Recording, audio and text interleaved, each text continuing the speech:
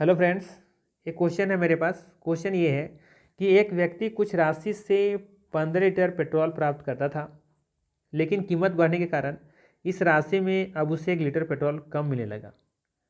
तो बताना है कि पेट्रोल की कीमत में कितने प्रतिशत की बढ़ोतरी हुई है, कितना इंक्रीमेंट हुआ है।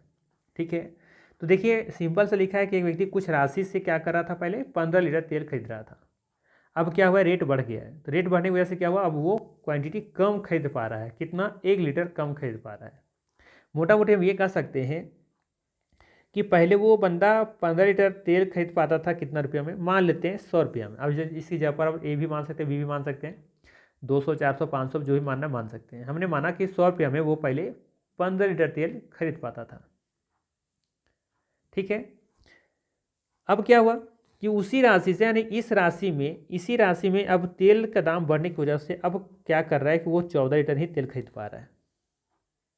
सिंपल, 100 रुपये में 15 लीटर, अब रेट बढ़ गया है, तो बढ़ने की वजह से अब वो 14 लीटर ही तेल खरीद पा रहा है उसी राशि में, यानी कि 100 रुपया में ही। ठीक है, ऐसे लिखा गया है। तो इसमें इस क्वेश्चन को सॉल्व करने का तरीका क्या है? ऐसे सवाल जब भी देखने को मिले तो कोशिश ये कीजिए आपकी क्वांटिटी को इक्वल कीजिए, रुपया को छोड़ दीजिए।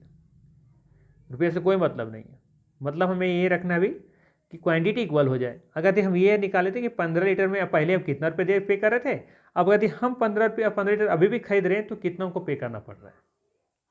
सिंपल, अगर यदि इस केस में 15 लीटर का दाम अभी 100 रुपये में खरीद पा रहे थे, ठीक, अब अगर ये अभी भी 15 लीटर ही हम तेल खरीदते तो कितना रुपये पे करना पड़ता। अगर ये हम निकाल पाएँ तो आसान हो जाएगा मेरे लिए।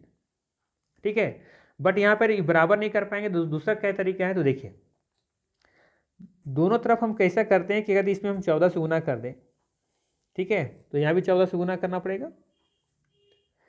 ठीक है, क्योंकि रेशियो उसी रेशियो से बढ़ेगा, जितना क्वांटिटी बढ़ा रहे उतना रुपये भी बढ़ाना पड़ेगा। और दूसरा हम ये भी कर सकते हैं कि 14 में से कहते हम 15 से इधर गुना कर दें, तो यहाँ भी 15 से गुना करना पड़ेगा। इससे फ़ायदा क्या होगा? देखो दोनों तरफ गुना सेम नंबर से कर सकते हैं, ऐसा कोई इशू नहीं है। ठीक है, कर सकते हैं ना, कर लिया हमने। तो अब ये क्या करेंगे, ये दोनों को मल्टीप्लाई कीजिए, 15 चौके 60 और 15 छः कितना हो जाएगा 21, यानी 210 लीटर। अब कितना हम खरीद पा रहे हैं? 1400 रुपया में। यानी कि वही चीज़ है, अगर ये पहले 15 लीटर में हम खरीदते थे, कितना 15 लीटर का दाम था 100 रुपया, या 100 रुपये में 15 लीटर खरीद पा रहे थे, तो इसका मतलब 1400 में कितना तेल खरीद पाते हैं? 210 लीटर, रेट बढ़ने से पहले।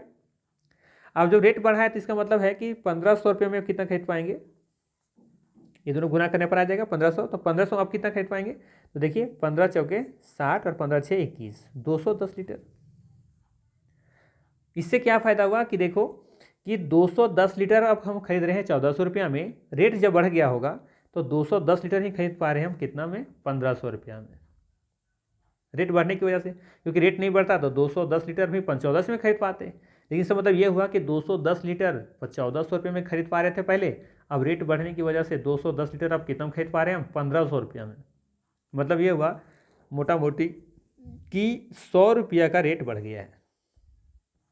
ठीक है, तो कितना में पहले कितना में खरीद पा रहे थे? 1400 रुपया में, इंटू 100% निकालने के लिए। क्लियर हुआ? तो सिंपल सा, ये 100 रुपया रेट बढ़ा है कितना में? 1400 रुपया में। पहले 1400 का सामान अब मिल रहा है 1500 रुपये में, यानी कि 100 रुपया बढ़ गया रेट।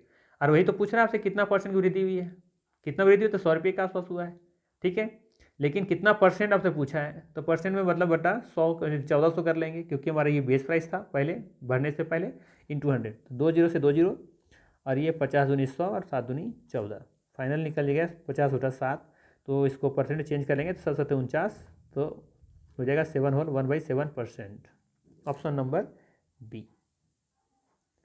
आई बात समझ में? बहुत ही सिंपल था।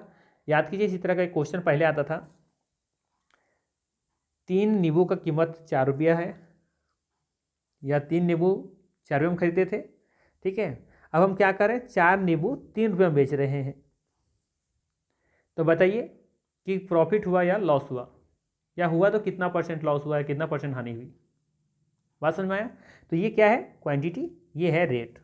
तो क्या करेंगे, इस क्वांटिटी को पहले हम इक्वल कर लेंगे, इसको छोड़ देंगे, अभी इसको इक्वल करेंगे। इसको इक्वल करने से क्या मिल जाएगा कि सेम क्वांटिटी इतना पहले बेच रहे थे, सेम क्वांटिटी अब कितना बेच रहे हैं, बस दोनों का डिफरेंस बटा कॉस्ट प्राइस इंटू 100, निकल जाएगा उसका रेट। परसेंटेज, कितना वृद्धि हुआ है, कितना इंक्रीमेंट हुआ या फिर कितना लॉस हुआ। आई बात समझ में? तो बस वही कॉन्सेप्ट वाला ये भी क्वेश्चन था। आई होप समझ में आया होगा। चलिए मिलते हैं नेक्स्ट वीडियो में। Thank you.